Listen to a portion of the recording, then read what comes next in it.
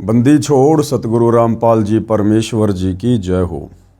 परमपिता परमात्मा सारी सृष्टि के रचनहार, कुल मालिक, असंख्य ब्रह्मांडों के स्वामी, जगत गुरु, तीनों लोकों में प्रवेश करके सबका धारण पोषण करने वाले राजाधिराज, आत्माधार, नाथों के नाथ, देवों के देव महादेव, सर्वेश्वर महेश्वर, मृत्युंजय, अजरो अमर, आदि अनादि सनातनी प्रभु, जगत पिता जगदीश्वर, श्री श्री 1008 की उपाधि के वास्तविक अधिकारी, अकाल मूर्त सौद स्वरूपी राम वासुदेव, सर्वगतम ब्रह्म, परम पूज्य, प्रथम पूज्य, परम संत, परम पुरुष, परम धनी, परम दयालु, सत्य कबीर, हक्का कबीर, अल्लाहु कबीर, अल्लाहु अकबर, बाखबर, अल्लाह ताला, जगत के तारणहार, जगत के मुक्तिदाता, जगत के जगन्नाथ, हारे के सहारे, हिंदुओं के राम, मुसलमानों के अल्लाह, सिखों के वाहिगुरु, ईसाइयों के मसीह, दया के सागर दयानिधि, करुणा के सागर करुणानिधि, स्वयंभू परिभू, संकट मोचन, कष्ट हरण, मंगल करण, दुख भंजन,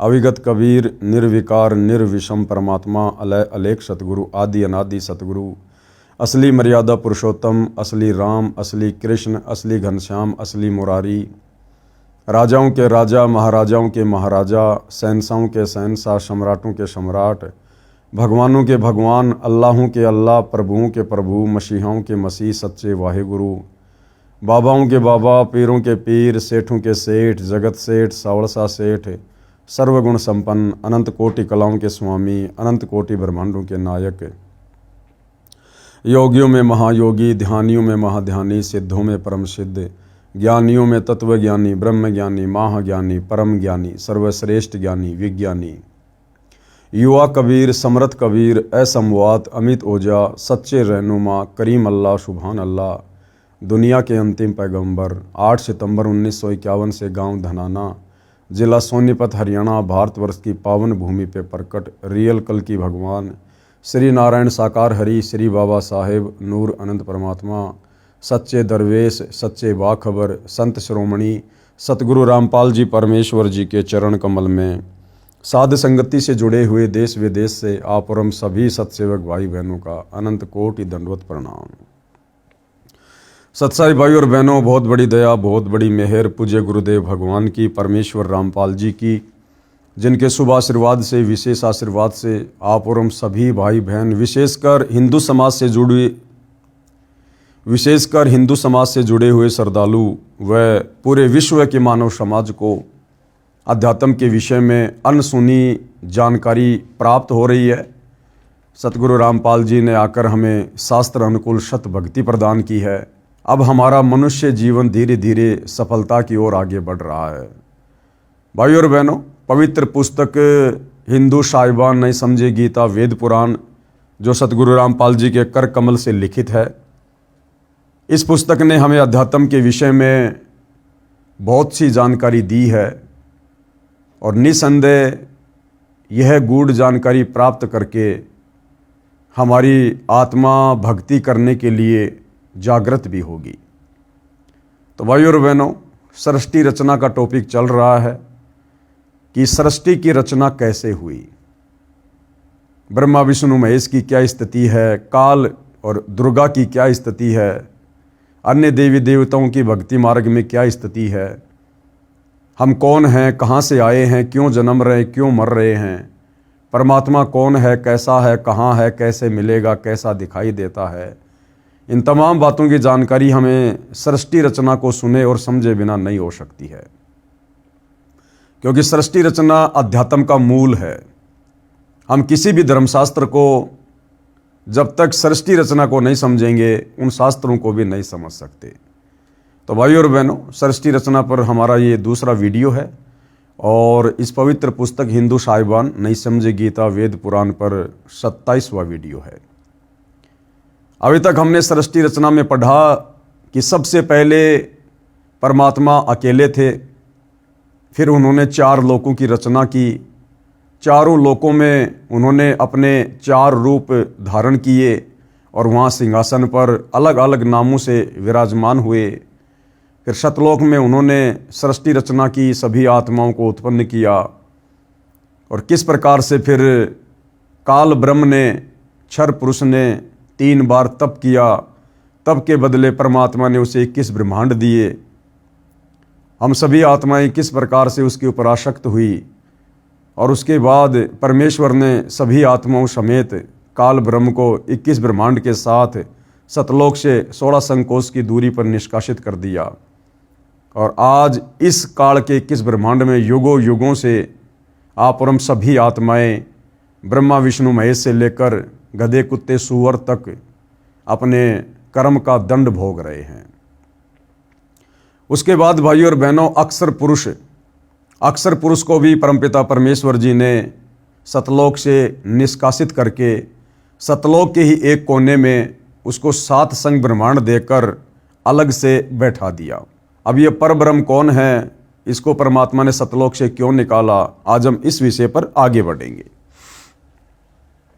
परब्रह्म के 7 संग ब्रह्मांडों की स्थापना कबीर परमेश्वर यानी कबीर देव ने आगे बताया कि परब्रह्म यानी अक्षर पुरुष ने अपने कार्य में गफलत की, क्योंकि यह मानसरोवर में सो गया, तथा जब परमेश्वर मैंने अर्थात कबीर साहिब ने उस सरोवर में अंडा छोड़ा तो अक्षर पुरुष यानी परब्रह्म ने उसे क्रोध से देखा।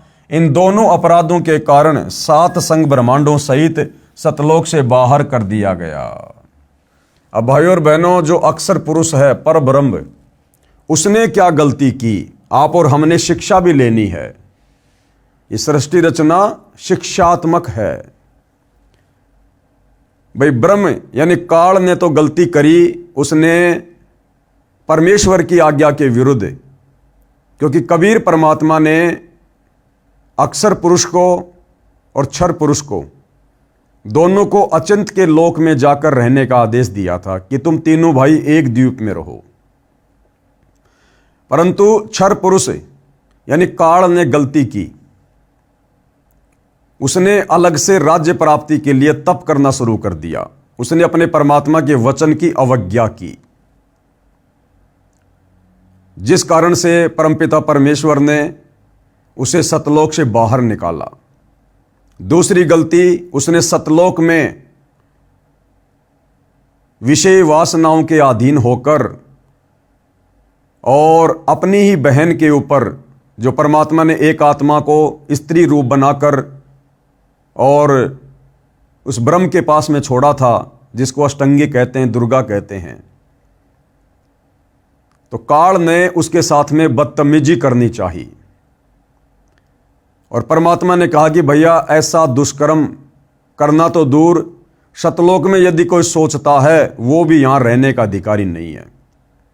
जिस कारण से परमात्मा ने काल को और हम तमाम आत्माओं को, जिन्होंने काल के ऊपर आसक्ति व्यक्त की थी, परमेश्वर ने सतलोक से 7 संकोश की दूरी पर 21 ब्रह्मांडों समेत भेज दिया। ये तो उस काल की गलती थी, हम सभी आत्माओं की गलती थी। और पीछे से जो अक्षर पुरुष था, अक्षर पुरुष कौन, जिसको सृष्टि रचना में सहयोग के लिए अचिंत ने अपनी वचन शक्ति से उत्पन्न किया था, जो मानसरोवर में जाकर सो गया था, उसने क्या गलती करी? तो गुरुदेव भगवान कह रहे हैं कि उसकी सबसे पहले गलती तो ये थी कि यदि उसको अचिंत ने सृष्टि रचना में सहयोग के लिए उत्पन्न किया था, तो उसने सेवा में गफलत क्यों की? वो मानसरोवर में जाकर सो क्यों गया? ये उसकी सबसे पहली गफलत थी। यानी परमेश्वर के कार्य में आलस्य करना, गफलत करना, ये भी महापाप है, महादोष है। दूसरा, जब परमपिता परमेश्वर कबीर साहिब ने उसी मानसरोवर से जल लेकर एक अंडा बनाकर अपनी वचन शक्ति से उस अंडे में जो एक आत्मा प्रवेश की और मानसरोवर में अंडा छोड़ा, तो अंडे की गड़गड़ाहट से उसकी निंद्रा भंग हुई और उसने अंडे को गुस्से से देखा, क्रोध से देखा, जिस कारण से अंडा फूट गया। तो सतलोक में उसने गुस्सा किया, उसने क्रोध किया और उसको सजा मिली कि भैया आप सतलोक में रहने योग्य नहीं हैं। तो 2 गलतियां तो उसकी ये हुई, एक तो सेवा में उसने गफलत की, मानसरोवर में जाकर सो गया। दूसरा, उसने सतलोक में उसने गुस्सा किया, उसने गफलत की।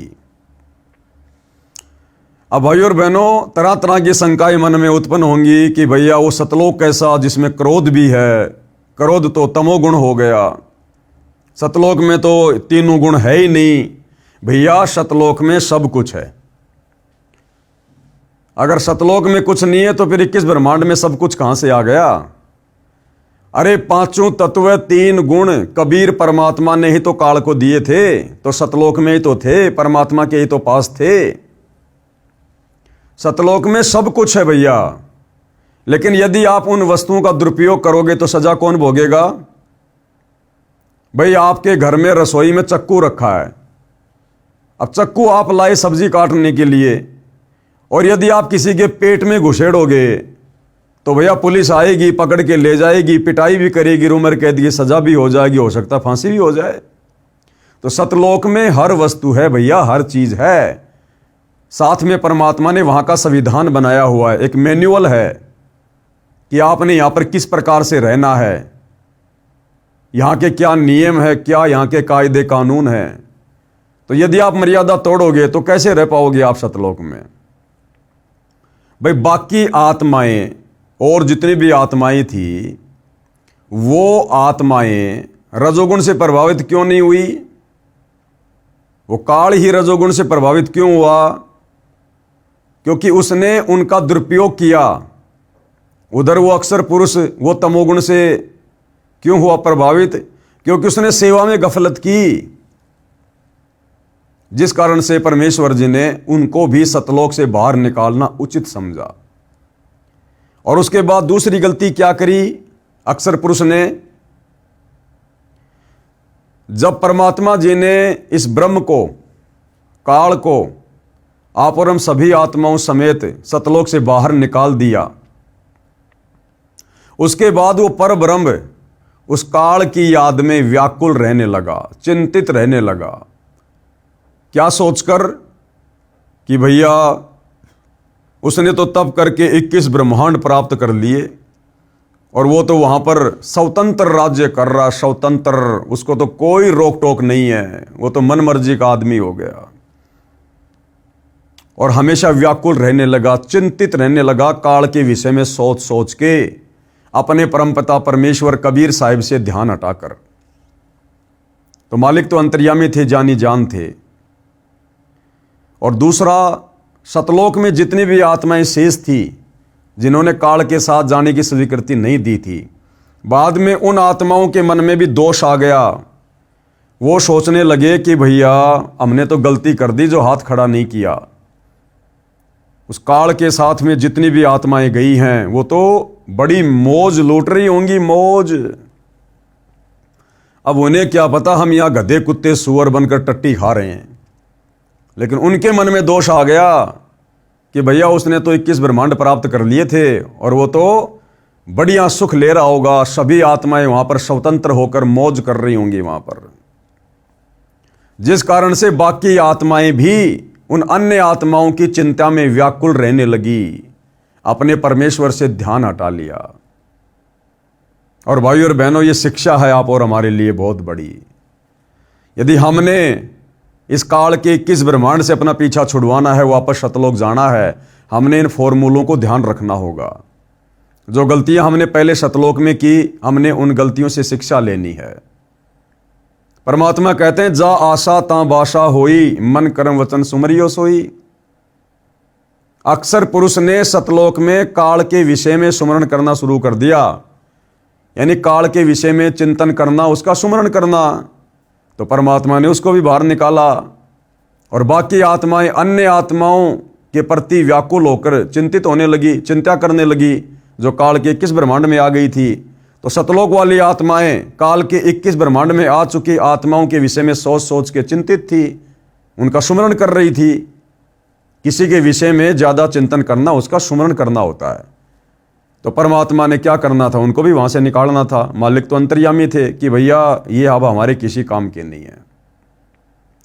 तो ठीक इसी प्रकार भाई और बहनों, वर्तमान में यदि हमने पीछा छुड़वाना है तो हमने इस काल की जो नश्वर संपत्ति है, ये कार कोठी बंगले खेत खलिहान, हमने इन सब की चिंता छोड़नी पड़ेगी कि भैया नश्वर हैं और तेरी नहीं है, जबरदस्ती मान के बैठे हैं अज्ञानता में। मरने के बाद शरीर भी साथ नहीं जाएगा, पक्का पता है।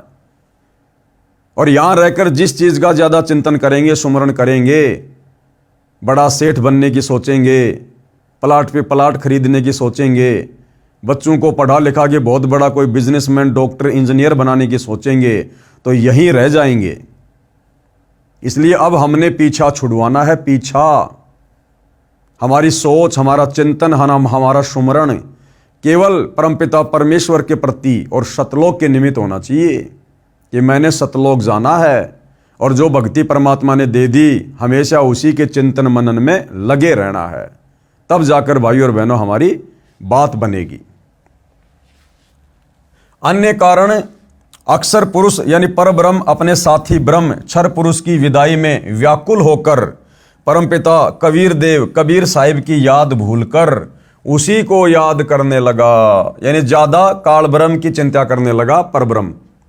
तथा सोचा कि क्षर पुरुष यानी ब्रह्म तो बहुत आनंद मना रहा होगा, वह स्वतंत्र राज्य करेगा और मैं पीछे रह गया। तो ये उसने गलती करी वहां पर ऐसा सोचकर। तथा अन्य कुछ आत्माएं जो परब्रह्म के साथ सात संग ब्रह्मांडों में जन्म मृत्यु का कर्म दंड भोग रही हैं, उन हंस आत्माओं की विदाई की याद में खो गई जो ब्रह्म यानी काल के साथ 21 ब्रह्मांडों में फंसी है। तथा पूर्ण परमात्मा सुखदाई कबीर देव की याद बुला दी। भाई और बहनों, काल हमसे वही गलतियां करवाएगा जो गलतियां उसने हमसे सतलोक में करवाई, अपने ऊपर आसक्ति करवाकर। जब वो तप कर रहा था, हम सभी आत्माएं उसकी बकवाद के ऊपर आसक्त हो गई, अपने परमपिता परमेश्वर की तरफ ध्यान कम और उसकी बकवाद की तरफ ध्यान ज्यादा। वो आज भी यही बकवाद करवाएगा 21 ब्रह्मांड में, हमें यही फंसाए रखने के लिए। आप देख रहे हैं भाई और बहनों, वर्तमान में संगत में क्या हो रहा है। आज वर्तमान में संगत भक्ति कम और बकवाद ज्यादा कर रही है। करवा कौन रहा है? काल प्रेरणा से सतगुरु का परिवार, सतलोक आश्रम वाले कोऑर्डिनेटर भाई बंधु। आप जी देख रहे हैं जगह जगह ये सम्मान समारोह रखवा रहे हैं, बड़े बड़े टेंट लगाए जा रहे हैं, गांव वाले आ रहे हैं और गांव वाले नाच रहे हैं, कूद रहे हैं, वहां पर ढोलक पेटियों पर भजन गाए जा रहे हैं, शब्द गाए जा रहे हैं, संगत तालियां बजा रही है, खुश हो रही है संगत। दुनिया भर का पाखंड हो रहा है। कभी जाट आरक्षण में ले जाते हैं, कभी गुंडों की सीबीआई जांच में ले जाते हैं, कभी परशुराम की जयंती में संगत को ले जाते हैं, कभी किसी धरने पर, कभी किसी प्रदर्शन पर, कभी किसी मुख्यमंत्री की रैली में, कभी नरेंद्र मोदी की रैली में। तो ये काल भाइयों और बहनों धीरे धीरे परमात्मा का चिंतन सुमरण कम और फालतू की जो बकवाद हैं, जो भगत के काम की नहीं, उनमें भगत को ज्यादा लगा रहा है। ये धीरे धीरे हमारे अंदर मीठा जहर घोल रहा है, संगत को फिर से उन्हीं गलतियों की ओर ले जा रहा है। परमेश्वर कबीर देव के बार बार समझाने पर भी आस्था कम नहीं हुई।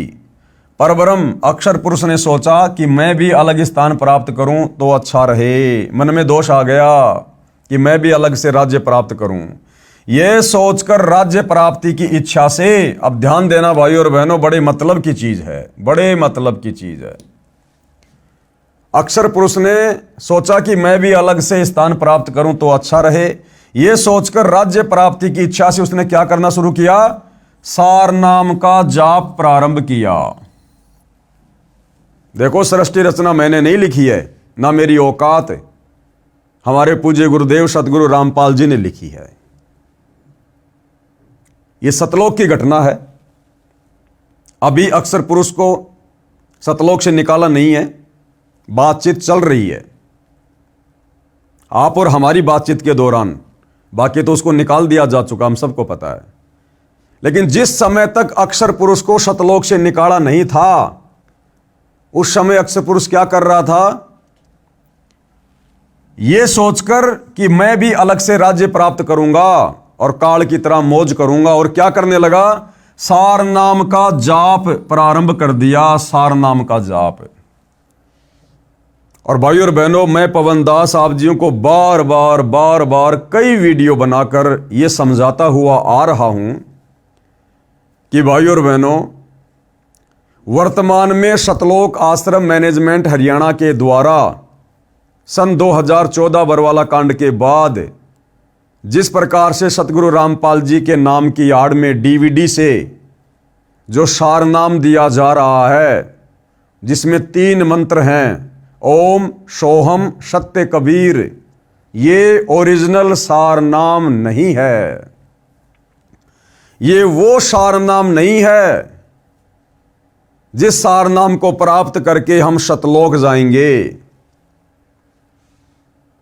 ओरिजिनल सारनाम सतगुरु रामपाल जी उसी हंस आत्मा को देंगे जो हंस आत्मा पूरी तरह से सतलोक के लिए तैयार हो जाएगी। अभी तक उन्होंने किसी को भी ओरिजिनल सारनाम नहीं दिया है, दिखाया भी नहीं है, देना तो बहुत दूर की बात है, क्योंकि अभी कोई योग्य ही नहीं हुआ, ना उनका बेटा, ना उनकी बेटी, ना उनकी पत्नी, ना उनके रिश्तेदार, ना कोई कोऑर्डिनेटर। अभी तक कोई योग्य हुआ ही नहीं है। सारनाम के योग्य बनाने के लिए परमात्मा ने साध संगति शुरू करवाई है। साध संगति में जो आत्माएं जिस प्रकार से गुरु को परमात्मा मानकर, ज्ञान को आधार बनाकर और सतलोक को टारगेट बनाकर भक्ति कर रही हैं, मर्यादाओं में रहकर संघर्ष करते हुए, तो परमेश्वर यहां से आत्माओं को तैयार कर रहे हैं। यह साध संगति ट्रेनिंग सेंटर है सारनाम के लिए।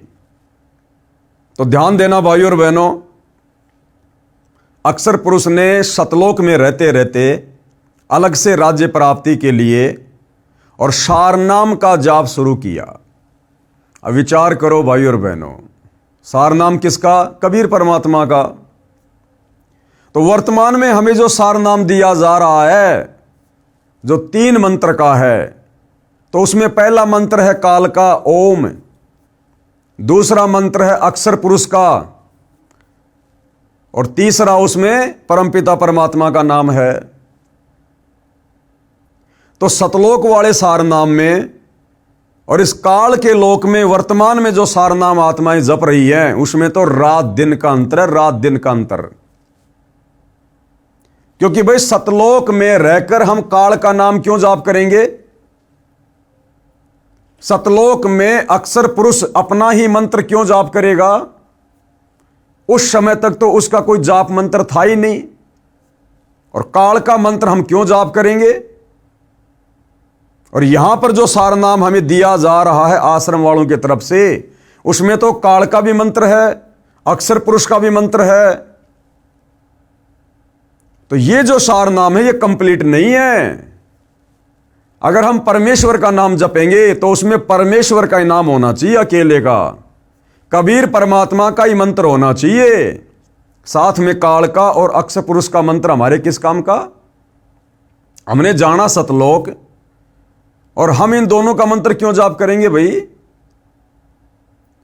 तो विचार करो, अक्षर पुरुष ने कौन से सारनाम का जाप करना प्रारंभ कर दिया? क्योंकि सतलोक में तो ओरिजिनल सारनाम है।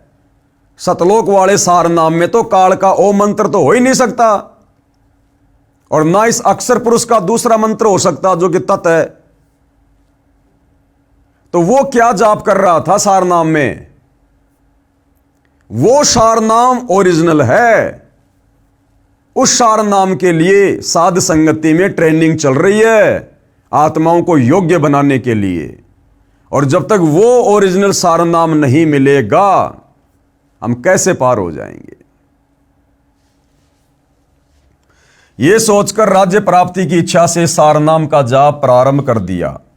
इसी प्रकार अन्य आत्माओं ने जो परब्रह्म के साथ संग ब्रह्मांडों में फंसी हैं, सोचा कि वे जो ब्रह्म के साथ आत्माएं गई हैं, वे तो वहां मौज मस्ती मनाएंगे, और हम पीछे रह गए। उन तमाम आत्माओं के मन में भी दोष आ गया। परब्रह्म के मन में यह धारणा बनी कि क्षर पुरुष अलग होकर बहुत सुखी होगा। ये विचार कर अंतरात्मा से भिन्न स्थान प्राप्ति की ठान ली, मन में सोच लिया। परब्रह्म यानी अक्षर पुरुष ने हठ योग नहीं किया, उसने कोई तप नहीं किया, बस वैसे चिंतित रहने लगा और सारनाम का जाप करने लगा। परंतु केवल अलग राज्य प्राप्ति के लिए सहज ध्यान योग यानी विशेष कशक के साथ करता रहा। क्या? सारनाम का जाप। अलग स्थान प्राप्त करने के लिए पागलों की तरह विचरने लगा। खाना पीना भी त्याग दिया। अन्य कुछ आत्माएं जो पहले काल ब्रह्म के साथ गई आत्माओं के प्रेम में व्याकुल थी, वे अक्सर पुरुष के वैराग्य पर आसक्त होकर उसे चाहने लगी। बाकी आत्माओं ने भी वही गलती कर दी। वो अक्सर पुरुष के वैराग्य को देखकर कि ये तो बड़ा चिंतित रहने लगा, बड़ा व्याकुल रहता है, और हम भी उसके इस भाव पर आसक्त हो गए, यानी बाकी जो आत्माएं बची हुई थी। पूर्ण प्रभु के पूछने पर, यानी कबीर परमात्मा ने जब पूछा कि भाई क्या बात है, पूर्ण प्रभु के पूछने पर परब्रह्म ने अलग स्थान मांगा तथा कुछ हंस आत्माओं के लिए भी याचना की। तब कबीर देव ने कहा कि जो आत्मा आपके साथ स्वेच्छा से जाना चाहे उसे भेज देता हूं। पूर्ण प्रभु ने पूछा कि कौन हंस आत्मा परब्रह्म के साथ जाना चाहता है, सहमति व्यक्त करें। बहुत समय उपरांत एक हंस ने स्वीकृति दी। फिर देखा देखी उन सभी आत्माओं ने भी सहमति व्यक्त कर दी कि भैया पिछली बार तो रह गए, अब की बार तो चलना ही चलना है। सर्वप्रथम स्वीकृति देने वाले हंस को स्त्री रूप बनाया, उसका नाम ईश्वरी माया यानी प्रकृति सुरती रखा, तथा अन्य आत्माओं को उस ईश्वरी माया में प्रवेश करके अचिंत द्वारा अक्षर पुरुष परब्रह्म के पास भेजा। पतिव्रता पद से गिरने की सजा पाई। पतिव्रता पद यानी अपने इष्ट के अलावा किसी और के विषय में विशेष चिंतन करना, कशक, वो पतिव्रता पद से नीचे गिरना होता है। तो आप और हमने भी अपने पूज्य गुरुदेव भगवान अपने इष्ट के अलावा किसी और को इष्ट रूप में जरा भी नहीं मानना, नहीं पूजना। इसलिए हम सभी सत्सेवक भाई बहनों ने अपने घर में, अपने दरबार में अपने पूज्य गुरुदेव भगवान अपने इष्ट के अलावा अन्य किसी की फोटो नहीं रखी है। जिस प्रकार बाकी संगत सतगुरु रामपाल जी के साथ साथ दाढ़ी मूछ वाले कबीर की नकली फोटो रखती है, पंडित चिदानंद जी की फोटो रखती है, गरीबदास जी की फोटो रखती है, आदरणीय राम देवानंद जी की फोटो रखती है, तो ये पतिव्रता पद वाली भक्ति नहीं है। पतिव्रता पद की भक्ति में केवल एक ही इष्ट होना चाहिए। कई युगों तक दोनों सात संग ब्रह्मांडों में रहे, परंतु परब्रह्म ने दुर्व्यवहार नहीं किया। उस परब्रह्म ने वो गलती नहीं करी जो गलती उस काल ने दुर्गा के साथ में करनी चाहिए थी। ईश्वरी माया की स्वेच्छा से अंगीकार किया तथा अपनी शब्द शक्ति द्वारा नाखूनों से स्त्री इंद्री योनि बनाई। ईश्वरी देवी की सहमति से संतान उत्पन्न की। इसलिए परब्रह्म के लोक सात संग ब्रह्मांडों में प्राणियों को तपतशिला का कष्ट नहीं है, तथा वहां पशु पक्षी भी इस काल ब्रह्म के लोक के देवताओं से अच्छे चरित्र युक्त हैं। आयु भी बहुत लंबी है, परंतु जन्म मृत्यु और कर्म आधार पर कर्म दंड तथा परिश्रम करके ही पेट पूर्ति होती है। स्वर्ग तथा नरक भी ऐसे ही बने हैं। परब्रह्म यानी अक्षर पुरुष को सात संग ब्रह्मांड उसके इच्छा रूपी भक्ति ध्यान अर्थात सहज समाधि विधि से की उसकी कमाई के प्रतिफल में प्रदान किए, तथा सतलोक से भिन्न स्थान पर गोलाकार परिधि में बंद करके सात संग ब्रह्मांडों सहित अक्षर पुरुष व ईश्वरी माया को निष्कासित कर दिया। सतलोक में ही एक अन्य कोने में अक्षर पुरुष के सात संग ब्रह्मांडों को परमात्मा ने सेट कर दिया, और इस प्रकार से सेट कर दिया कि वो वापस सतलोक नहीं आ सकते कोई भी प्राणी, ना अक्षर पुरुष, ना वो ईश्वरी प्रकृति जो उसकी पत्नी है, और ना उनके साथ गई हुई आत्माएं, वो वापस सतलोक में नहीं आ सकती जब तक परमात्मा ना चाहे। पूर्ण ब्रह्म यानी सत्य पुरुष असंख्य ब्रह्मांडों जो सतलोक आदि में है तथा ब्रह्म के 21 ब्रह्मांडों तथा परब्रह्म के सात संग ब्रह्मांडों का भी प्रभु मालिक है, अर्थात परमेश्वर कबीर देव कुल का मालिक है। यानी सारी सृष्टि को किसने रचा? सर्वप्रथम ऊपर के चार लोक सतलोक, अलख लोक, अगम लोक, अनामी लोक कबीर परमात्मा ने रचे। फिर काल को 21 ब्रह्मांड किसने दिए? कबीर परमात्मा ने। फिर अक्षर पुरुष को सात संग ब्रह्मांड किसने दिए? कबीर परमात्मा ने। तो कुल का मालिक, सारी सृष्टि का मालिक, सबका सृजनहार कौन? कबीर परमेश्वर। श्री ब्रह्मा जी, श्री विष्णु जी तथा श्री शिव जी आदि के चार चार भुजाएं तथा 16 कलाएं हैं, तथा प्रकृति देवी यानी दुर्गा की 8 भुजाएं हैं तथा 64 कलाएं हैं। ब्रह्म यानी क्षर पुरुष की 1000 भुजाएं हैं तथा 1000 कलाएं हैं, तथा 21 ब्रह्मांडों का प्रभु है। परब्रह्म अक्षर पुरुष की 10,000 भुजाएं हैं तथा 10,000 ही कला है, तथा 7 संग ब्रह्मांडों का प्रभु है। और पूर्ण ब्रह्म यानी परम अक्षर पुरुष अर्थात सत्य पुरुष कबीर देव की असंख्यों भुजाएं, यानी परमात्मा चाहे तो कितनी बना ले, तथा असंख्य कलाएं हैं, तथा ब्रह्म के 21 ब्रह्मांड व परब्रह्म के 7 संग ब्रह्मांडों सहित असंख्य ब्रह्मांडों का स्वामी है। प्रत्येक प्रभु अपनी सर्व भुजाओं को समेट कर केवल 2 भुजाएं भी रख सकते हैं। जैसे काल की 1000 भुजा हैं, कम से कम वो 2 भुजा भी रख सकता है। अक्षर पुरुष की 10,000 भुजा हैं, कम से कम वो 2 भुजा भी बना सकता है। ब्रह्मा विष्णु महेश की 4 भुजा हैं, ये चाहें तो 2 भी रख सकते हैं, परंतु इसे ज्यादा नहीं बना सकते। तथा जब चाहे सारी भुजाओं को भी प्रकट कर सकते हैं। पूर्ण परमात्मा परब्रह्म के प्रत्येक ब्रह्मांड में भी अलग स्थान बनाकर अन्य रूप में गुप्त रहता है। यूं समझो जैसे एक घूमने वाला कैमरा बाहर लगा देते हैं तथा अंदर टेलीविजन रख लेते हैं। टीवी पर बाहर का सारा दृश्य नजर आता है तथा दूसरा टीवी बाहर रखकर अंदर का कैमरा स्थायी करके रख दिया जाए। उसमें केवल अंदर बैठे प्रबंधक का चित्र दिखाई देता है, जिससे सर्व कर्मचारी सावधान रहते हैं। इसी प्रकार पूर्ण परमात्मा अपने सतलोक में बैठकर सभी को नियंत्रित किए हुए हैं तथा प्रत्येक ब्रह्मांड में भी सतगुरु कबीर देव विद्यमान रहते हैं। जैसे सूर्य दूर होते हुए भी अपना प्रभाव अन्य लोकों में बनाए हुए है। अब भाइयों और बहनों, सृष्टि रचना का जो प्रमाण है वो आगे कहाँ है? हमारे वेदों में, पवित्र अथर्ववेद में सृष्टि रचना का प्रमाण, यानी ये जो सृष्टि रचना हम सुन रहे हैं ये कोई उवाबाई नहीं है, मन गढ़ंत कथा नहीं है, हमारे वेदों में भी इसका प्रमाण है। अथर्ववेद कांड नंबर 4 अनुवाक नंबर 1 मंत्र नंबर 1। ये संस्कृत में श्लोक आप जियों के सामने है। भावार्थ क्या किया है गुरुदेव ने?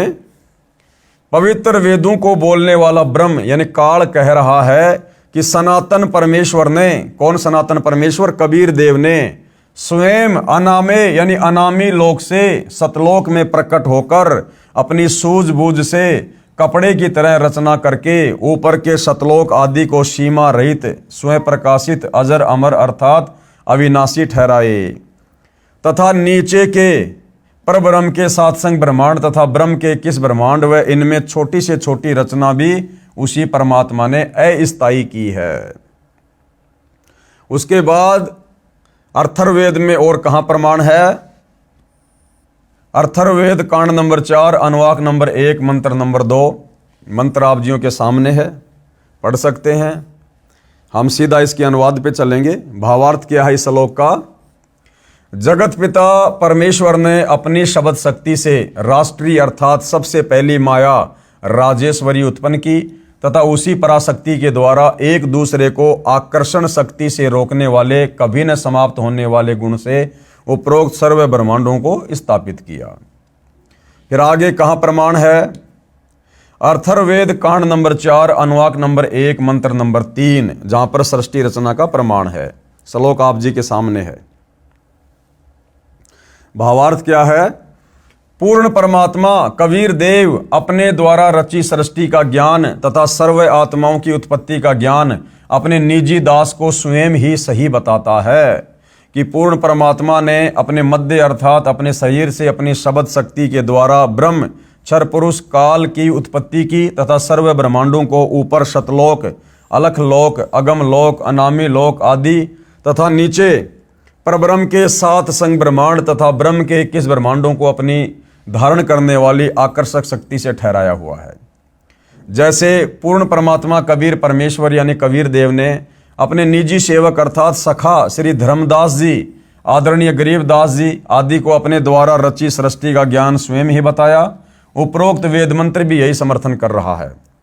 उसके बाद अथर्ववेद कांड नंबर 4 अनुवाक नंबर 1 मंत्र नंबर 4 श्लोक आप जियों के सामने है। भावार्थ क्या किया है गुरुदेव ने? भावार्थ, ऊपर के चारों लोक, सतलोक, अलखलोक, अगम लोक, अनामी लोक, यह तो अजर अमर स्थायी तथा अविनाशी रचे हैं। यानी ऊपर के 4 लोक कभी भी नष्ट नहीं होते, खंड नहीं होते, तथा नीचे के ब्रह्म तथा परब्रह्म के लोकों को अस्थायी रचना करके तथा अन्य छोटे छोटे लोक भी उसी परमेश्वर ने रचकर स्थिर किए। फिर अथर्ववेद कांड नंबर 4 अनुवाक नंबर 1 मंत्र नंबर 5 श्लोक आप जियों के सामने है। गुरुदेव भगवान ने क्या भावार्थ किया है? पूर्ण परमात्मा यानी कबीर देव ने ऊपर के चारों लोकों में से जो नीचे से सबसे पहला अर्थात सतलोक में आष्ट्रा अर्थात अष्टंगी प्रकृति देवी दुर्गा की उत्पत्ति की, यही राजाधिराज जगत गुरु पूर्ण परमेश्वर सत्य पुरुष है, जिससे सबका वियोग हुआ है। फिर सर्व प्राणी ज्योति निरंजन काल के वीर्य यानी बीज से दुर्गा के गर्भ द्वारा उत्पन्न होकर स्वर्ग लोक व पृथ्वी लोक पर निवास करते हैं। उसके बाद अथर्ववेद कांड नंबर 4 अनुवाक नंबर 1 मंत्र नंबर 6 संस्कृत में श्लोक आप जियों के सामने है। भावार्थ, वही पूर्ण परमेश्वर सत्य साधना करने वाले साधक को उसी पहले वाले स्थान सतलोक में ले जाता है जहां से बिछुड़ कर आए थे।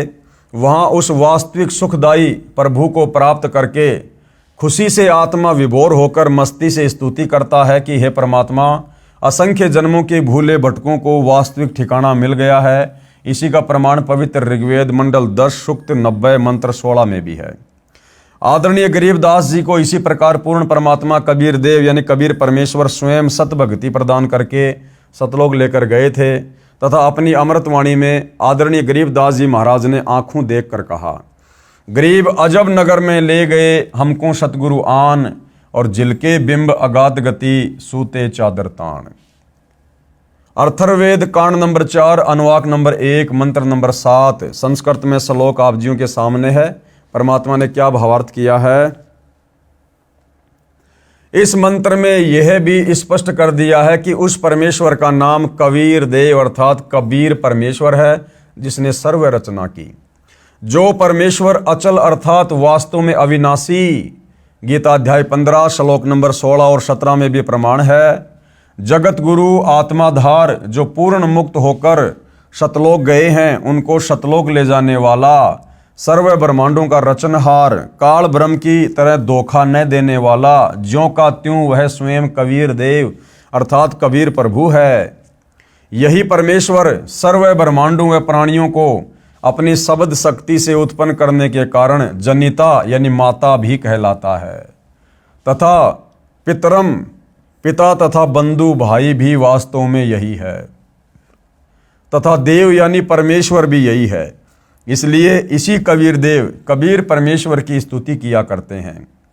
त्वें माता च पिता तमेव, तमेव बंधु च सखा तमेव, तमेव विद्या च द्रविणम तमेव, तमेव सर्व मम देव देव।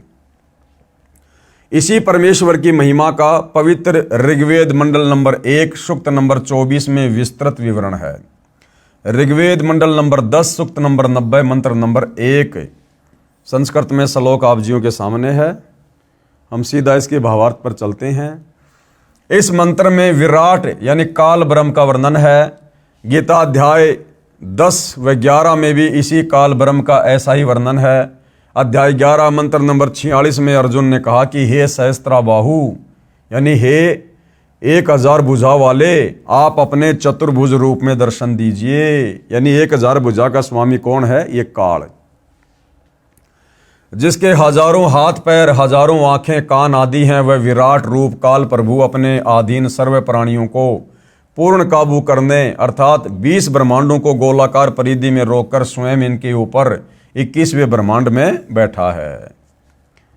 अब भाइयों और बहनों, पवित्र ऋग्वेद में सृष्टि रचना का प्रमाण कहाँ है? देखो भाइयों और बहनों, ये सृष्टि रचना है और परमेश्वर जी ने जैसी लिखी है वैसी हम आपको बता रहे हैं, दिखा रहे हैं, समझा रहे हैं। और जहाँ कोई ऐसी विशेष बात होगी समझाने के लायक और परमात्मा प्रेरणा करेंगे तो ही दास आपको समझाएगा, अन्यथा ये सृष्टि रचना है, इसको बार बार पढ़ना पड़ेगा। आपने देख लिया, अब बार बार आपको यूट्यूब पर गुरुदेव भगवान के मुख कमल से भी सुननी पड़ेगी, उनकी पुस्तकों में भी आपने बार बार इसको देखना पड़ेगा, तब जाकर हमारे दिलो दिमाग में ये बात बैठेगी। ऋग्वेद मंडल नंबर 10 सूक्त नंबर 90 मंत्र नंबर 2 संस्कृत में श्लोक आप जियों के सामने है और सृष्टि रचना के विषय में यह श्लोक क्या कह रहा है। इस मंत्र में परब्रह्म यानी अक्षर पुरुष का विवरण है, जो कुछ भगवान वाले लक्षणों से युक्त है, परंतु इसकी भक्ति से भी पूर्ण मोक्ष नहीं है, इसलिए इसे संदेह युक्त मुक्तिदाता कहा है। इसे कुछ प्रभु के गुणों युक्त इसलिए कहा है कि ये काल की तरह तपतशिला पर भूनकर नहीं खाता, परंतु इस परब्रह्म के लोक में भी प्राणियों को परिश्रम करके कर्म आधार पर ही फल प्राप्त होता है तथा अन्न से ही सर्व प्राणियों के शरीर विकसित होते हैं। जन्म तथा मृत्यु का समय भले ही काल यानी क्षर पुरुष से अधिक है, परंतु फिर भी उत्पत्ति, प्रलय तथा 84 लाख योनियों में यातना बनी रहती है। ये परमेश्वर जी ने उस पेड़ का एक चित्र बनाकर हमें समझाया है कि सबसे ऊपर कबीर परमात्मा है जो गुप्त रहता है, जो कि भक्ति रूपी पेड़ की जड़ है, जहां से सारे ब्रह्मांडों को नीचे पोषण मिल रहा है। तो ये कबीर परमेश्वर जी हैं, ये इनका शतलोक समझ लीजिए, जहां बैठकर परमात्मा सबका धारण पोषण करते हैं। और इस पेड़ से बाहर जो ये तना है, ये है सात संग ब्रह्मांड का स्वामी अक्षर पुरुष, और उसके जस्ट नीचे जो ये टहनी है, जो ये डाली है, डार है, ये है 21 ब्रह्मांड का स्वामी काल। और फिर जो 3 टहनियां हैं, ये इस काल के 3 पुत्र हैं, रजगुण ब्रह्मा, सतगुण विष्णु, तमोगुण शिव जी। और इनके माध्यम से फिर परमात्मा ये पात रूप संसार, जितने भी पेड़ के पत्ते हैं, ये आप और हम सभी जीव आत्माएं हैं, जो ब्रह्मा विष्णु महेश के माध्यम से काल हमारे ऊपर कंट्रोल करता है। तो एक पेड़ के चित्र के माध्यम से परमेश्वर ने हमें सृष्टि रचना के विषय में समझाया है। भावार्थ क्या है? इस ऊपर के मंत्र 2 में वर्णित अक्षर पुरुष परब्रह्म की तो इतनी ही महिमा है, तथा वह पूर्ण पुरुष कबीर देव तो इससे भी बड़ा है, अर्थात सर्वशक्तिमान है तथा सर्व ब्रह्मांड उसी के अंश मात्र पर ठहरे हैं। इस मंत्र में 3 लोकों का वर्णन इसलिए है क्योंकि चौथा अनामे लोक अन्य रचना से पहले का है। यही 3 प्रभु क्षर पुरुष, अक्षर पुरुष तथा इन दोनों से अन्य परम अक्षर पुरुष का विवरण श्रीमद् भगवद गीता अध्याय 15 श्लोक नंबर 16 और 17 में है। अब इसी का प्रमाण आदरणीय गरीबदास साहिब जी कहते हैं कि गरीब जाके अर्ध रूम पर शकल पसारा, ऐसा पूर्ण ब्रह्म हमारा। अर्ध रूम यानी जिस परमात्मा कबीर जी के आधे बाल के ऊपर पूरी सृष्टि ठहरी हुई है, वो परमात्मा इतना सक्षम है।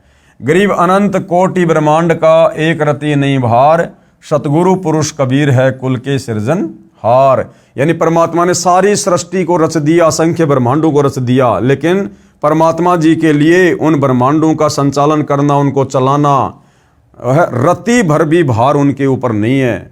उनकी वचन शक्ति से सब कुछ चलायमान है।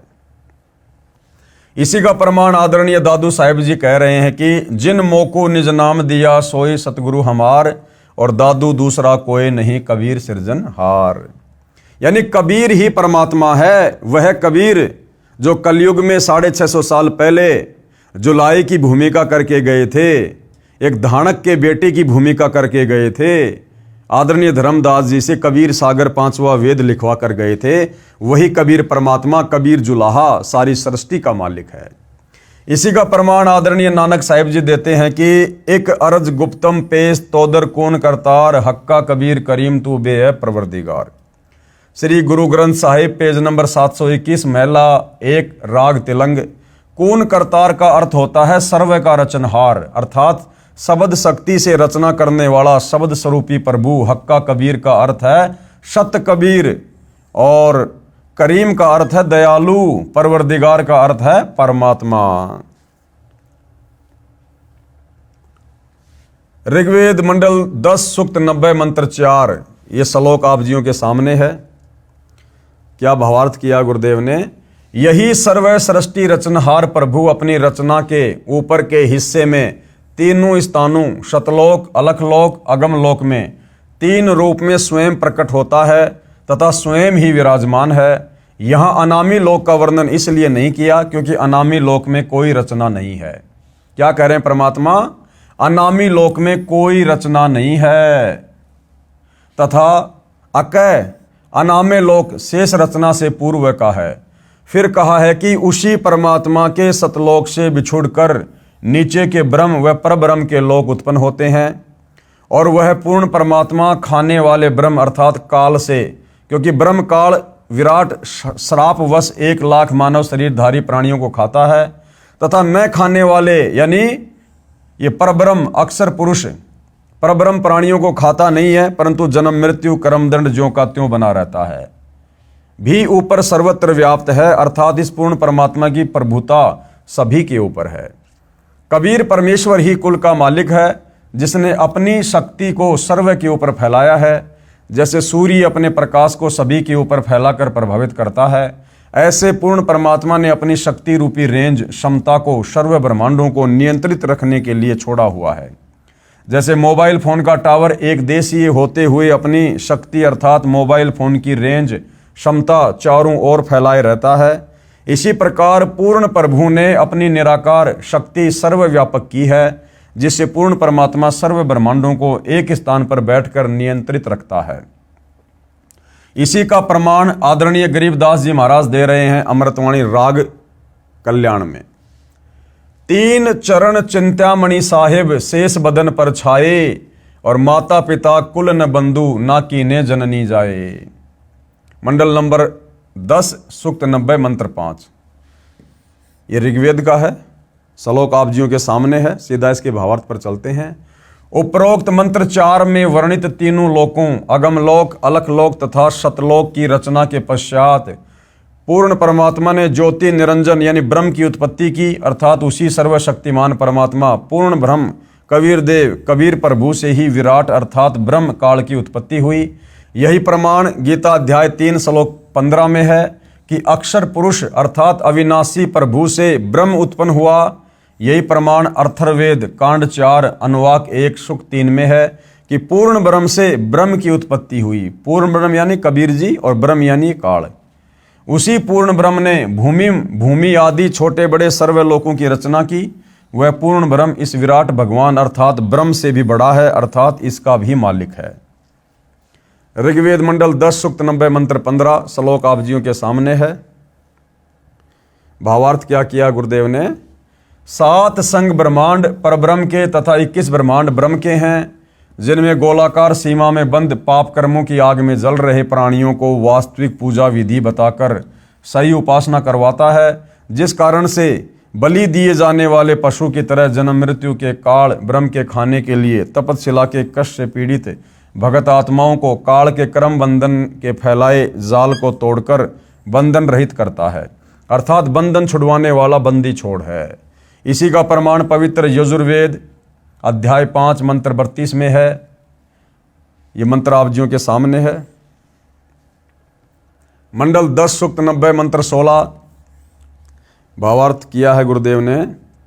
जो निर्विकार जिन्होंने मांस शराब तंबाकू सेवन करना त्याग दिया है तथा अन्य बुराइयों से रहित है, वे देव स्वरूप भगत आत्माएं शास्त्र विधि रहित पूजा को त्याग कर शास्त्र अनुकूल साधना करते हैं। वे भक्ति की कमाई से धनी होकर काल के ऋण से मुक्त होकर अपनी सत्य भक्ति की कमाई के कारण उस सर्व सुखदायी परमात्मा को प्राप्त करते हैं, यानी सतलोक चले जाते हैं। अर्थात सतलोक में चले जाते हैं जहाँ पर सर्वप्रथम रची सृष्टि के देव स्वरूप अर्थात पाप रहित हंस आत्माएं रहती हैं। जैसे कुछ आत्माएं तो काल ब्रह्म के जाल में फंसकर यहाँ आ गई, कुछ परब्रह्म के साथ सातसंग ब्रह्मांडों में आ गई, फिर भी असंख्य आत्माएं जिनका विश्वास पूर्ण परमात्मा में अटल रहा, जो पतिव्रता पद से नहीं गिरी, वे वहीं रह गई। इसलिए यहाँ वही वर्णन पवित्र वेदों ने भी सत्य बताया है। यही प्रमाण गीता अध्याय 8 के श्लोक संख्या 8 से 10 में वर्णन है कि जो साधक पूर्ण परमात्मा की सत साधना शास्त्र विधि अनुसार करता है, वह भक्ति की कमाई के बल से उस पूर्ण परमात्मा को प्राप्त होता है, अर्थात उसके पास चला जाता है। इससे सिद्ध हुआ कि तीन प्रभु हैं, एक ब्रह्म, एक परब्रह्म और एक पूर्ण ब्रह्म। इन्हीं को ब्रह्म यानी ईश और क्षर पुरुष, दूसरा ये परब्रह्म अर्थात अक्षर पुरुष अक्षर ब्रह्म, और तीसरा है पूर्ण ब्रह्म यानी परम अक्षर ब्रह्म परमेश्वर सत्य पुरुष आदि पर्यायवाची शब्दों से भी जाना जाता है। यही प्रमाण ऋग्वेद मंडल 9 सूक्त 96 मंत्र 17 से 20 में स्पष्ट है कि पूर्ण परमात्मा कबीर देव कबीर परमेश्वर शिशु रूप धारण करके प्रकट होता है तथा अपना निर्मल ज्ञान अर्थात तत्व ज्ञान कबीर गिरवी कबीर वाणी के द्वारा अपने अनुयायियों को बोल बोल कर वर्णन करता है। वह कबीर देव यानी कबीर परमेश्वर ब्रह्म क्षर पुरुष के धाम तथा परब्रह्म अक्षर पुरुष के धाम से भिन्न जो पूर्ण ब्रह्म परम अक्षर पुरुष का तीसरा रित धाम सतलोक है, उसमें आकार में विराजमान है तथा सतलोक से चौथा अनामी लोक है, उसमें भी यही कबीर देव कबीर परमेश्वर अनामी पुरुष रूप में मनुष्य सदृश आकार में विराजमान है।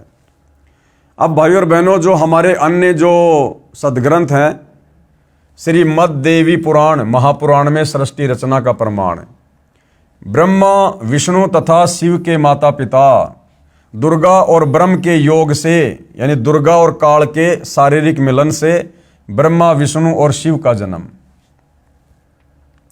पवित्र श्री देवी महापुराण तीसरा स्कंद अध्याय 1 और 3 गीता प्रेस गोरखपुर से प्रकाशित, अनुवादकर्ता श्री हनुमान प्रसाद पोदार तथा चिमनलाल गोस्वामी जी, पेज नंबर 114 से। पेज नंबर 114 से 118 तक विवरण है कि कितने ही आचार्य भवानी को संपूर्ण मनोरथ पूर्ण करने वाली बताते हैं। वह प्रकृति कहलाती है यानी दुर्गा, तथा ब्रह्म यानी काल के साथ अभेद संबंध है क्योंकि वो उसकी पत्नी है। जैसे पत्नी को अर्धांगिनी भी कहते हैं, अर्थात दुर्गा ब्रह्म काल की पत्नी है। एक ब्रह्मांड की सृष्टि रचना के विषय में राजा श्री परीक्षित के पूछने पर श्री व्यास जी ने बताया कि मैंने श्री नारद जी से पूछा था कि हे देवर्षि, इस ब्रह्मांड की रचना कैसे हुई। मेरे इस प्रश्न के उत्तर में श्री नारद जी ने कहा कि मैंने अपने पिता श्री ब्रह्मा जी से पूछा था कि हे पिताश्री, इस ब्रह्मांड की रचना आपने की या श्री विष्णु जी इसके रचयिता है या शिव जी ने रचा है, सच सच बताने की कृपया करें।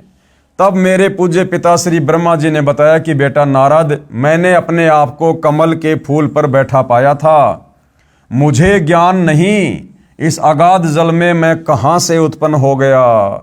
यानी हम जिस ब्रह्मा जी को सृष्टि का रचयिता मान रहे थे अज्ञानता में, जब ब्रह्मा जी के बेटे नारद ने यही सवाल किया सृष्टि रचना के विषय में, तो नारद जी कहते हैं कि बेटा मुझे नहीं पता, मैंने जब होश संभाला, मेरी जब आंखें खुली, मैं होश में आया तो मैं तो समुद्र के ऊपर पानी के ऊपर कमल के फूल पर बैठा हुआ था। मुझे नहीं पता ये किसने ये जल बनाया, किसने कमल का फूल बनाया, किसने मुझे बनाया। मुझे ज्ञान नहीं इस अगाध जल में मैं कहाँ से उत्पन्न हो गया। तो ब्रह्मा जी को तो खुद की उत्पत्ति का नहीं पता। 1000 वर्ष तक मैं इस पृथ्वी का अन्वेषण करता रहा यानी घूमता रहा, कहीं जल का और छोर नहीं पाया। फिर आकाशवाणी हुई कि तप करो, काल ने आकाशवाणी कर दी तप करो। फिर 1000 वर्ष तक तप किया। फिर सृष्टि रचने की आकाशवाणी हुई। इतने में मधु और कैटब नाम के 2 राक्षस आए। उनके भय से मैं कमल का डंठल पकड़कर नीचे उतरा। अब ब्रह्मा जी से पहले तो काल ने मधु और कैटब रच दिए राक्षस। वहां भगवान विष्णु जी से सैया पर अचेत पड़े थे।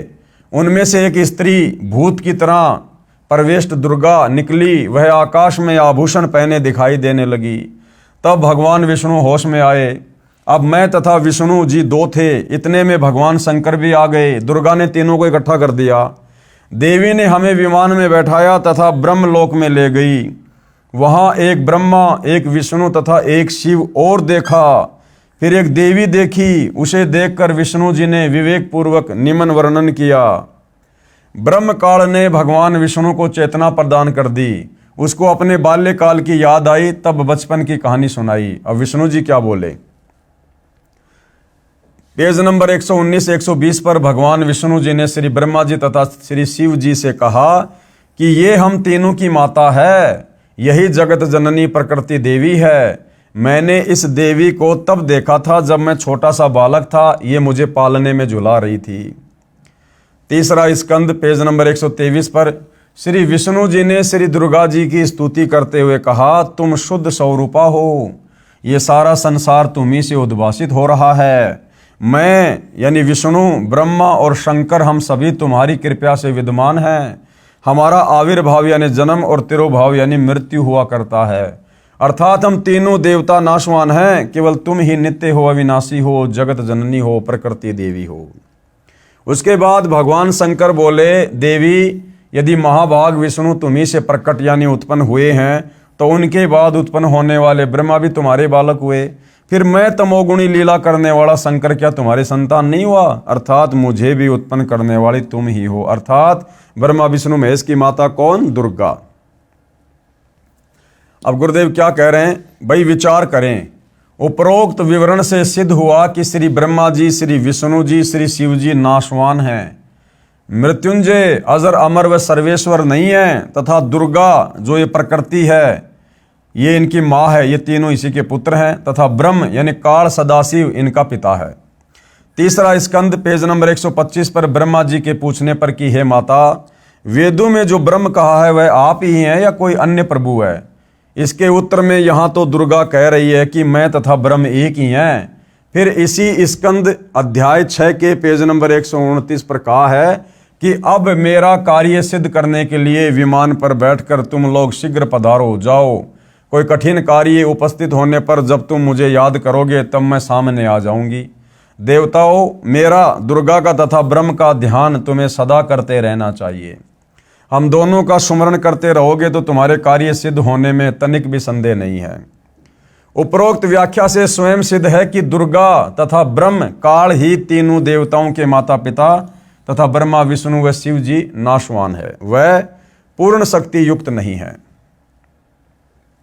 तीनों देवताओं श्री ब्रह्मा जी, श्री विष्णु जी, श्री शिव जी की शादी दुर्गा यानी प्रकृति देवी ने की।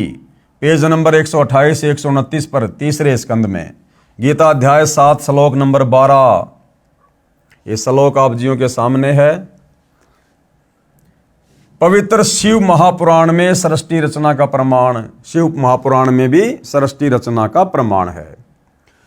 काल ब्रह्म व दुर्गा से विष्णु, ब्रह्मा व शिव की उत्पत्ति, इसी का प्रमाण पवित्र श्री शिव पुराण गीता प्रेस गोरखपुर से प्रकाशित अनुवादकर्ता श्री हनुमान प्रसाद पोदार, इसके अध्याय 6 रुद्र संहिता प्रश्न नंबर 100 पर कहा है कि जो मूर्ति रहित परब्रह्म है उसी की मूर्ति भगवान सदाशिव है। इनके शरीर से एक शक्ति निकली, वह शक्ति अंबिका, प्रकृति, दुर्गा, त्रिदेव जननी, श्री ब्रह्मा जी, श्री विष्णु जी तथा श्री शिव जी को उत्पन्न करने वाली माता कहलाई, जिसकी 8 भुजाएं हैं। वे जो सदाशिव हैं उन्हें शिव, शंभु और महेश्वर भी कहते हैं। प्रश्न नंबर 101 पर वे अपने सारे अंगों में भस्म रमाए रहते हैं। उन काल रूपी ब्रह्म ने एक शिवलोक नामक क्षेत्र का निर्माण किया, फिर दोनों ने पति पत्नी का व्यवहार किया, जिससे एक पुत्र उत्पन्न हुआ, उसका नाम विष्णु रखा। शिव पुराण पेज नंबर 102 पर। फिर रुद्र संहिता अध्याय नंबर 7 पेज नंबर 103 पर ब्रह्मा जी ने कहा कि मेरी उत्पत्ति भी भगवान सदाशिव यानी ब्रह्म, काल तथा प्रकृति दुर्गा के संयोग से अर्थात पति पत्नी के व्यवहार से हुई है, फिर मुझे बेहोश कर दिया। फिर रुद्र संहिता अध्याय नंबर 9 पेज नंबर 110 पर कहा है कि इस प्रकार ब्रह्मा, विष्णु तथा रुद्र इन 3 देवताओं में गुण है, परंतु शिव यानी काल ब्रह्म गुणातीत माने जाते हैं। यहाँ पर 4 सिद्ध हुए, अर्थात सदाशिव, काल ब्रह्म व प्रकृति दुर्गा से ही ब्रह्मा, विष्णु तथा शिव उत्पन्न हुए हैं। तीनों भगवानों श्री ब्रह्मा जी, श्री विष्णु जी तथा श्री शिव जी की माता जी दुर्गा जी तथा पिताजी श्री ज्योति निरंजन ब्रह्म है। यही तीनों प्रभु रजगुण ब्रह्मा जी, सतगुण विष्णु जी तथा तमगुण शिव जी हैं। अब श्री पवित्र मद भगवत गीता जी में सृष्टि रचना का प्रमाण, इसी का प्रमाण पवित्र गीता जी अध्याय 14 श्लोक 3 से 5 तक है। ब्रह्म यानी काल कह रहा है कि प्रकृति यानी दुर्गा तो मेरी पत्नी है और मैं ब्रह्म यानी काल इसका पति हूं। हम दोनों के सहयोग से सर्व प्राणियों सहित तीनों गुणों रजगुण ब्रह्मा जी, सतगुण विष्णु जी, तमगुण शिव जी की उत्पत्ति हुई है। मैं ब्रह्म यानी काल सर्व प्राणियों का पिता हूं तथा प्रकृति यानी दुर्गा इनकी माता है। मैं इसके पेट में बीज स्थापना करता हूं जिससे सर्व प्राणियों की उत्पत्ति होती है। प्रकृति यानी दुर्गा से उत्पन्न तीनों गुण रजगुण ब्रह्मा, सतगुण विष्णु तथा तमगुण शिव जीव को कर्म आधार से शरीर में बांधते हैं। यही प्रमाण अध्याय 15 श्लोक 1 से 4 तथा 16 और 17 में भी है। गीता अध्याय नंबर 15 श्लोक 1 उद्धर्व मूलम अधैशाखम अश्वत्थम प्राहु अव्ययम छंदासी यस्य प्रणानी ये तम वेद स वेदविद। क्या भावार्थ किया गुरुदेव ने? फिर गीता अध्याय 15 श्लोक नंबर 2 है। गीता अध्याय 15 श्लोक नंबर 3 श्लोक आप जियों के सामने है। सृष्टि रचना के विषय में, ब्रह्मा विष्णु महेश के माता पिता काल और दुर्गा हैं इनके विषय में। गीता अध्याय 15 श्लोक नंबर 4। फिर गीता अध्याय नंबर 15 श्लोक नंबर 16 दुवमो इमो पुरुषों लोके यानी इस संसार में दो भगवान प्रसिद्ध हैं, क्षर और अक्षर। क्षर च अक्षर, क्षर सर्वाणी भूतानी कूटस्थ अक्षर उच्चरते, और इनके लोकों में रहने वाले जितने भी जीव हैं वो भी नाशवान हैं।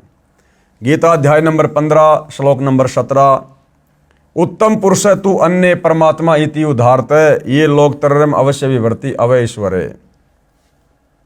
भावार्थ, गीता ज्ञान दाता प्रभु ने केवल इतना ही बताया है कि यह संसार उल्टे लटके वृक्ष तुल्य जानो, ऊपर जड़ें मूल तो पूर्ण परमात्मा है और नीचे टहनियां आदि अन्य हिस्से जानो।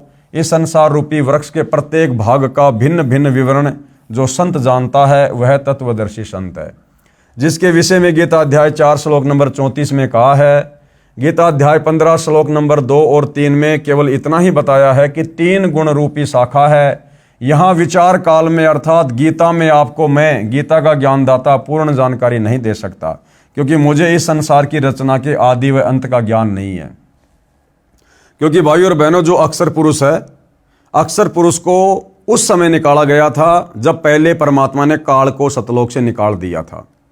उसके बाद परमात्मा ने अक्षर पुरुष को 7 संग ब्रह्मांड दिए थे। तो काल गीता का ज्ञान देते समय कह रहा है कि भैया संसार रूपी पेड़ की यानी सारी सृष्टि रचना की पूरी जानकारी मुझे भी नहीं है।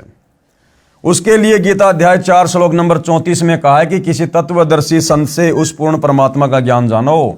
इस गीता अध्याय 15 श्लोक 1 में उस तत्वदर्शी संत की पहचान बताई है कि वह संसार रूपी वृक्ष के प्रत्येक भाग का ज्ञान कराएगा। तो आज उस संसार रूपी वृक्ष के प्रत्येक भाग का ज्ञान सतगुरु रामपाल जी ने करवाया है। उसी से पूछो।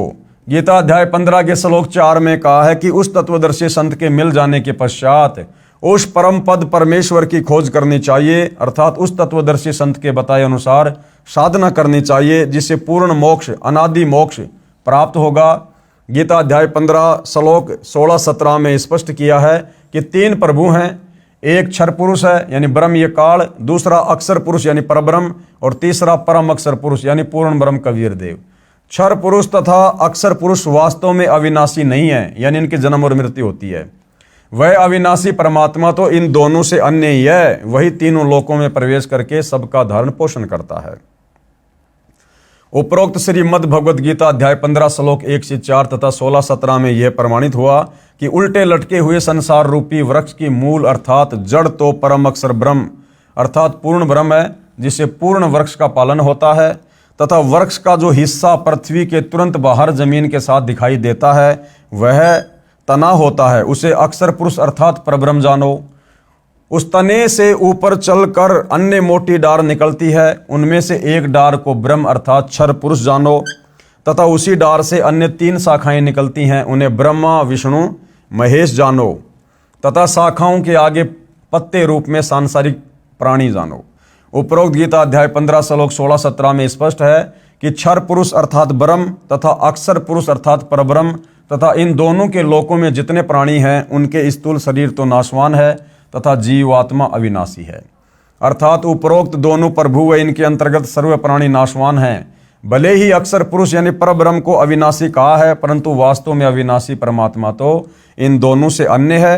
वह तीनों लोकों में प्रवेश करके सबका पालन पोषण करता है उपरोक्त विवरण में 3 प्रभुओं का भिन्न भिन्न विवरण दिया है।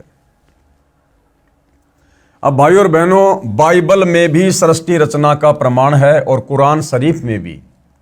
पवित्र बाइबल तथा पवित्र कुरान शरीफ में सृष्टि रचना का प्रमाण, इसी का प्रमाण पवित्र बाइबल में तथा पवित्र कुरान शरीफ में भी है।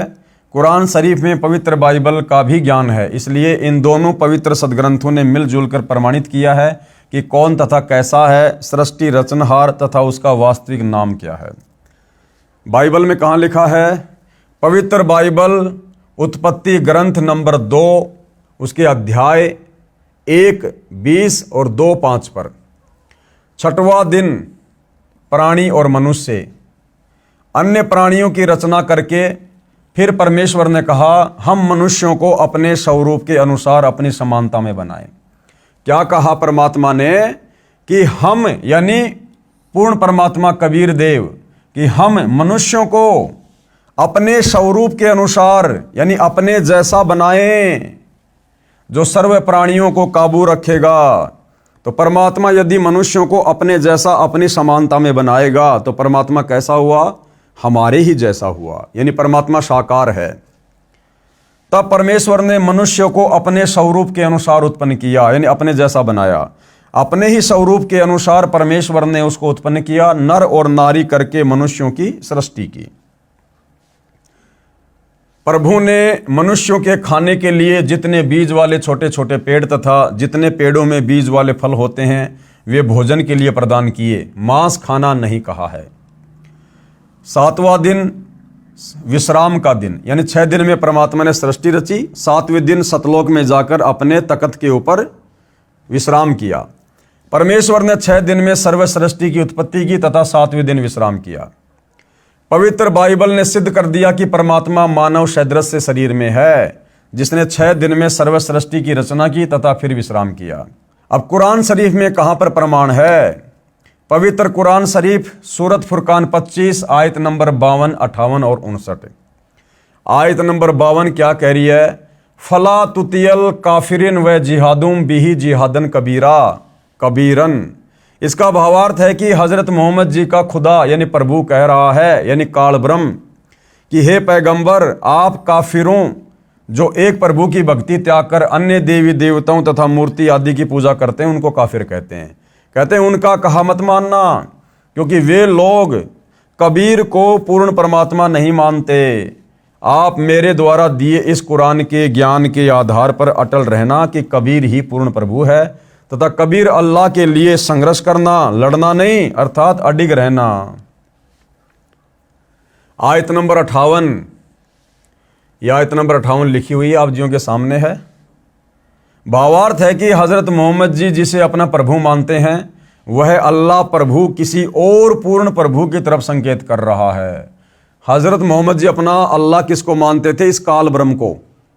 और वो काल ब्रह्म सूरत फुरकान 25 आयत नंबर 58 में अपने से अन्य किसी और परमात्मा की ओर संकेत कर रहा है कि ए पैगंबर, उस कबीर परमात्मा पर विश्वास रख, उस जिंदा पर विश्वास रख जो तुझे जिंदा महात्मा के रूप में आकर मिला था। वह कभी मरने वाला नहीं है, अर्थात वास्तव में अविनाशी है।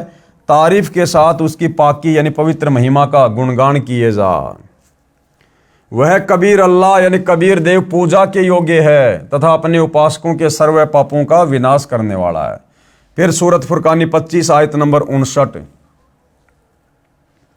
भावार्थ है कि हजरत मोहम्मद को कुरान शरीफ बोलने वाला प्रभु यानी काल ब्रह्म कह रहा है कि वह कबीर प्रभु वही है जिसने जमीन तथा आसमान के बीच जो भी कुछ विद्यमान है सर्व सृष्टि की रचना 6 दिन में की तथा 7वें दिन ऊपर अपने सतलोक में सिंहासन पर विराजमान हो यानी बैठ गया।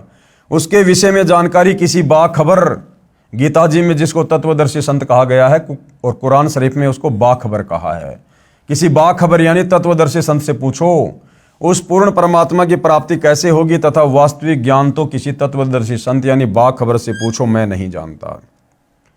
उपरोक्त दोनों पवित्र धर्मों ईसाई तथा मुसलमान के पवित्र शास्त्रों ने भी मिलजुल कर प्रमाणित कर दिया कि सारी सृष्टि सृजनहार सर्व पाप विनाशक सर्वशक्तिमान अविनाशी परमात्मा मानव सदृश शरीर में आकार में है तथा सतलोक में रहता है। उसका नाम कबीर है उसी को अल्लाहु अकबीरू भी कहते हैं। मुसलमान जिसे अल्लाहु अकबर कहते हैं वही कबीर परमात्मा है। आदरणीय धर्मदास जी ने पूज्य कबीर प्रभु से पूछा कि हे सर्वशक्तिमान, आज तक ये तत्व ज्ञान किसी ने नहीं बताया। अब भाइयों और बहनों, जब इतना सारा सब कुछ ज्ञान कबीर परमात्मा ने धर्मदास जी को बताया तो धर्मदास जी ने अंत में कहा कि हे परमात्मा, भक्ति मार्ग के विषय में, अध्यात्म के विषय में ऐसा ज्ञान आज तक किसी ने नहीं बताया। वेदों के मर्मज्ञ ज्ञानियों ने भी नहीं बताया। इससे सिद्ध है कि चारों पवित्र वेद तथा चारों पवित्र जो कतेब हैं, कुरान शरीफ आदि, ये सब झूठे हैं। पूर्ण परमात्मा ने कहा कि भैया ये झूठे नहीं हैं, इन शास्त्रों में जानकारी है मेरी, लेकिन इन शास्त्रों को पढ़ने वाले समझ नहीं पाए, वो झूठे हैं। कबीर वेद कतेब झूठे नहीं भाई, झूठे वो हैं जो समझे नहीं। झूठे हमारे धर्मगुरु हैं जो इन शास्त्रों को अच्छे से समझकर हमें नहीं समझा पाए। भावार्थ है कि चारों पवित्र वेद, ऋग्वेद, अथर्ववेद, यजुर्वेद, सामवेद तथा पवित्र चारों कतेब, कुरान शरीफ, जबूर, तौरेत, इंजिल गलत नहीं है, परंतु जो इनको नहीं समझ पाए वे नादान हैं। पूज्य कबीर परमेश्वर कबीर देव जी की अमृतवाणी में सृष्टि रचना विशेष निम्न अमृतवाणी सन 1403 से जब पूज्य कबीर देव कबीर परमेश्वर लीलामय शरीर में 5 वर्ष के हुए, सन 1518 जब कबीर देव कबीर परमेश्वर मगर स्थान से सशरीर सतलोक गए, उसके बीच में लगभग 600 वर्ष पूर्व परम पूज्य कबीर परमेश्वर कबीर देव जी द्वारा अपने निजी सेवक यानी दास भगत आदरणीय धर्मदास साहिब जी को सुनाई थी तथा धनी धर्मदास साहिब जी ने लिपिबद्ध की थी। परंतु उस समय के पवित्र हिंदुओं तथा मुसलमानों के नादान गुरुओं, नीम हकीमों ने कहा कि ये धानक जुलाहा कबीर झूठा है। किसी भी सदग्रंथ में श्री ब्रह्मा जी, श्री विष्णु जी तथा श्री शिव जी के माता पिता का नाम नहीं है। ये तीनों प्रभु अविनाशी हैं, इनका जन्म मृत्यु नहीं होता। न ही पवित्र वेदों व पवित्र कुरान शरीफ आदि में कबीर परमेश्वर का प्रमाण है तथा परमात्मा को निराकार लिखा है। हम प्रतिदिन पढ़ते हैं, भोली आत्माओं ने उन विचक्षणों यानी चतुर गुरुओं पर विश्वास कर लिया कि सचमुच ये कबीर धानक तो अशिक्षित है तथा गुरुजी शिक्षित हैं, सत्य कह रहे होंगे। आज वही सच्चाई प्रकाश में आ रही है तथा अपने सर्व पवित्र धर्मों के पवित्र सदग्रंथ साक्षी हैं। इससे सिद्ध है कि पूर्ण परमेश्वर सर्व सृष्टि रचनहार, कुल करतार तथा सर्वज्ञ कबीर देव यानी कबीर परमेश्वर ही हैं, जो काशी बनारस में कमल के फूल पर प्रकट हुए तथा 120 वर्ष तक वास्तविक तेजोमय शरीर के ऊपर मानव सदृश शरीर हल्के तेज का बनाकर रहे तथा अपने द्वारा रची सृष्टि का ठीक ठीक यानी वास्तविक तत्व ज्ञान देकर सह शरीर सतलोक चले गए। कृपया पाठक पढ़ें निम्न अमृतवाणी परमेश्वर कबीर साहिब जी द्वारा उच्चारित। धर्मदास यह जग बोराना, कोई न जाने पद निर्वाणा। यही कारण मैं कथा पसारा, जग से कईयो राम नियारा। यही ज्ञान जग जीव सुनाओ, सब जीवों का भरम नसाओ। भरम गए जग वेद पुराना, आदि राम का भेद न जाना। राम राम सब जगत बखाने, आदि राम कोई बिरला जाने। ज्ञानी सुने सो हृदय लगाई, मूर्ख सुने सो गम ना पाई। अब मैं तुमसे कहूँ चिताई, त्रिदेवन की उत्पत्ति भाई। कुछ संक्षेप कहूँ गोराई, सब संशय तुमरे मिट जाई। माँ अष्टंगी पिता निरंजन, वे जम दारुण वंशन अंजन। पहले कीन निरंजन राई, पीछे से माया उपजाई। माया रूप देख अति शोभा, देव निरंजन तन मन लोभा। कामदेव धर्मराय सताए, देवी को तुरत धर खाए।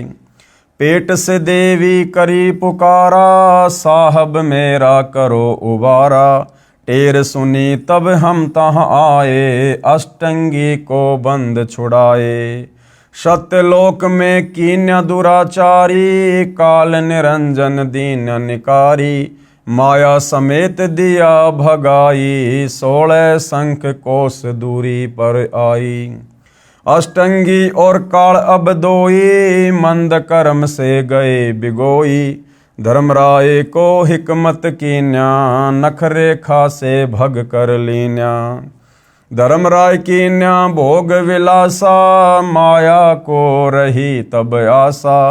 तीन पुत्र अष्टंगी जाए, ब्रह्मा विष्णु शिव नाम धराए। तीन देव विस्तार चलाए, इनमें ये जग धोखा खाए। पुरुष गम कैसे को पावे, काल निरंजन जग भर मावे। तीन लोक अपने सुत दीन्या, सुन निरंजन बासा लीन्या। अलख निरंजन सुन ठिकाना, ब्रह्मा विष्णु शिव भेद न जाना। तीन देव सो उनको ध्यावे, निरंजन का वे पार न पावे। अलख निरंजन बड़ा बट पारा, तीन लोक जीव कीन आहारा। ब्रह्मा विष्णु शिव नहीं बचाए, सकल खाए पुन धूर उड़ाए। तिनके सुत हैं तीनों देवा, आंदर जीव करत हैं सेवा। अकाल पुरुष काहू नहीं चीन्या, काल पाए सब ही गए लीन्या। ब्रह्म काल सकल सग जाने, आदि ब्रह्म को ना पहचाने। तीनों देव और अवतारा, ताको भजे सकल संसारा। तीनों गुण का यही विस्तारा, धर्म राय मैं कहूँ पुकारा। गुण तीनों की भक्ति में, भूल पड़ो संसार। कहे कबीर निज नाम बिना, कैसे उतरे पार। उपरोक्त अमृतवाणी में परमेश्वर कबीर साहिब जी अपने निजी सेवक श्री धर्मदास जी से कहा था कि धर्मदास, ये संसार तत्व ज्ञान के अभाव से विचलित है। किसी को पूर्ण मोक्ष मार्ग तथा पूर्ण सृष्टि रचना का ज्ञान नहीं है, इसलिए मैं आपको मेरे द्वारा रची सृष्टि की कथा सुनाता हूँ। बुद्धिमान व्यक्ति तो तुरंत समझ जाएंगे, परंतु जो सर्व परमाणु को देखकर भी नहीं मानेंगे तो वे नादान प्राणी काल प्रभाव से प्रभावित हैं, वे भक्ति योग्य नहीं। अब मैं बताता हूँ तीनों देवों यानी देवताओं ब्रह्मा विष्णु शिव जी की उत्पत्ति कैसे हुई। इनकी माता जी तो अष्टंगी दुर्गा है तथा पिता ज्योति निरंजन ब्रह्म काल है। पहले ब्रह्म की उत्पत्ति अंडे से हुई, फिर दुर्गा की उत्पत्ति हुई। दुर्गा के रूप पर आसक्त होकर काल ब्रह्म ने गलती यानी छेड़छाड़ की। तब दुर्गा यानी प्रकृति ने इसके पेट में शरण ली। मैं वहाँ गया जहाँ ज्योति निरंजन काल था। तब भवानी को ब्रह्म के उदर से निकालकर 21 ब्रह्मांड समेत 16 संकोश की दूरी पर भेज दिया। ज्योति निरंजन यानी धर्मराय ने प्रकृति यानी दुर्गा के साथ भोग विलास किया। इन दोनों के सहयोग से तीन गुणों श्री ब्रह्मा जी, श्री विष्णु जी तथा श्री शिव जी की उत्पत्ति हुई। इन्हीं तीनों गुणों रजगुण ब्रह्मा, सतगुण विष्णु, तमगुण शिव जी की ही साधना करके सब प्राणी काल जाल में फंसे हैं। जब तक वास्तविक मंत्र नहीं मिलेगा पूर्ण मोक्ष कैसे होगा। विशेष पाठक जन विचार करें कि श्री ब्रह्मा जी, श्री विष्णु जी तथा श्री शिव जी की स्थिति अविनाशी बताई गई थी। सर्व हिंदू समाज अभी तक तीनों परमात्माओं को अजर अमर व जन्म मृत्यु रहित मानते रहे, जबकि ये तीनों नाशवान हैं। इनके पिता काल रूपी ब्रह्म तथा माता दुर्गा प्रकृति अष्टंगी है। जैसा आपने पूर्व परमाणु में पढ़ा, यह ज्ञान अपने शास्त्रों में भी विद्यमान है। परंतु हिंदू समाज के कलयुगी गुरुओं, ऋषियों, संतों को ज्ञान नहीं। जो अध्यापक पाठ्यक्रम यानी सिलेबस से ही अपरिचित है, वह अध्यापक ठीक नहीं, वह विद्वान नहीं है, विद्यार्थियों के भविष्य का शत्रु है। इसी प्रकार जिन गुरुओं को अभी तक ये नहीं पता कि श्री ब्रह्मा, श्री विष्णु तथा श्री शिव जी के माता पिता कौन हैं, तो वे गुरु, ऋषि, संत ज्ञानहीन हैं। जिस कारण से सर्व भगत समाज को शास्त्र विरुद्ध ज्ञान यानी लोकवेद अर्थात दंत कथा सुनाकर अज्ञान से परिपूर्ण कर दिया। शास्त्र विधि विरुद्ध भक्ति साधना करा के परमात्मा के वास्तविक लाभ पूर्ण मोक्ष से वंचित कर रखा है।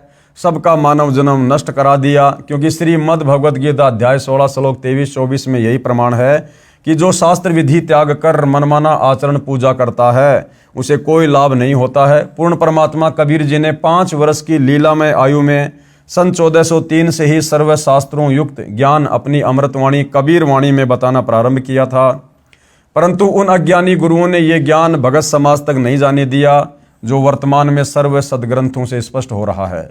इससे सिद्ध है कि कबीर देव यानी कबीर प्रभु तत्वदर्शी संत रूप में स्वयं पूर्ण परमात्मा ही आए थे। अब भाइयों और बहनों, आदरणीय गरीबदास साहिब जी की अमृतवाणी में सृष्टि रचना का प्रमाण, तो भाइयों और बहनों, आदरणीय गरीबदास जी के सदग्रंथ साहिब में सृष्टि रचना का प्रमाण कहाँ है उसको हम कल के वीडियो में लेंगे। और आज के वीडियो में गुरुदेव भगवान के आशीर्वाद से केवल इतना ही। भाई बहनों से प्रार्थना करूंगा जो प्रथम बार वीडियो देख रहे हैं उन्हें सतगुरु रामपाल जी के सत्संग यूट्यूब पर ज़रूर सुनने चाहिए। और सत्संग सुनने से पहले विशेष तौर पर आप यूट्यूब पर सर्च करें सृष्टि रचना संत रामपाल जी महाराज।